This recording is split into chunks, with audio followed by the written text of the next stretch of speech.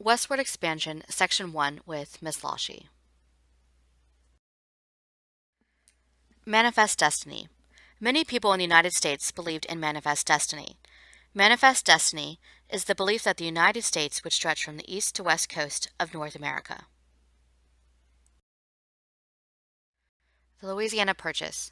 The most famous addition to U.S. territory was the Louisiana Purchase. The U.S. purchased millions of acres of land from France in 1803. This doubled the size of the United States at the time. If you look at the U.S. land acquisitions map to the right, the Louisiana Purchase is the area that is highlighted in the reddish color in the middle, and it extends from southern Louisiana and goes all the way up into the northern part of the United States. At the time of the Louisiana Purchase, the pink and the purple were also part of the United States. So you could see with the red, pink, and purple, that's what the United States looked like in 1803. The Indian Wars. Lands west of the Mississippi were home to millions of Native Americans. The United States government fought Native Americans for several decades for control over the territory. These conflicts were called the Indian Wars. The Great Plains. The region west of the Mississippi and east of the Rocky Mountains is called the Great Plains. This region is mostly flat and rolling plains. The weather can be extreme with very hot summers and very cold winters. This region is ideal for farming. If you look at the map to the right, the yellow highlighted area is the location of the Great Plains in the United States. As you can see, it runs through the majority of Texas, Oklahoma, Kansas, Nebraska, South Dakota, and North Dakota, and then states that surround those on either side. The Homestead Act of 1862.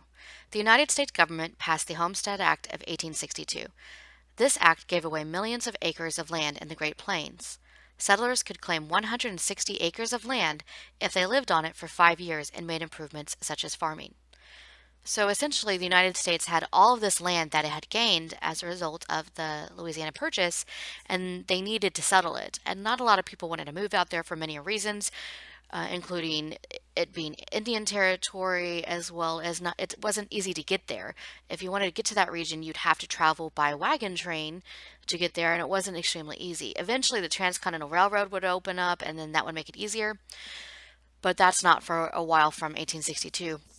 So the United States government says, we'll give you 160 acres for free. You don't have to pay for it. And in return, you're going to live on it for a minimum of 5 years, and you're going to make improvements. And the type of improvements that they were looking for was building a house and farming, establishing a homestead, essentially. And the purpose of this was to settle the region. Settlers moving west. Free land was something that was unheard of in Europe. Immigrants began to flock to the west to claim their own 160 acres. Many settlers traveled on covered wagons through Indian Territory. It was a very dangerous journey. So, one thing you have to understand is that in Europe, where many of these immigrants are coming from who end up settling in the Great Plains, they're coming from an area of the world where it's been settled for thousands of years. The land has been claimed. If you want to buy land, the likelihood that you could find some for sale was rare, and if you could find some for sale, it was extremely expensive and unaffordable, which meant that people who are, just normal people wouldn't be able to afford it.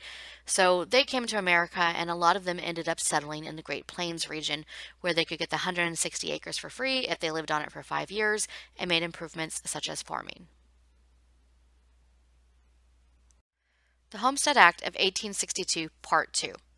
The Homestead Act of 1862 helped to close the frontier as more people moved out west. Many homesteaders built homes made out of sod and mud since wood was hard to find. So homesteaders are the people who moved to the Great Plains. They're the ones who settled that region, the ones who took advantage of the 160 acres of free land. They were the homesteaders. And sod is basically this layer of dirt that grows under the grass, that's under the grass, not necessarily grows under the grass.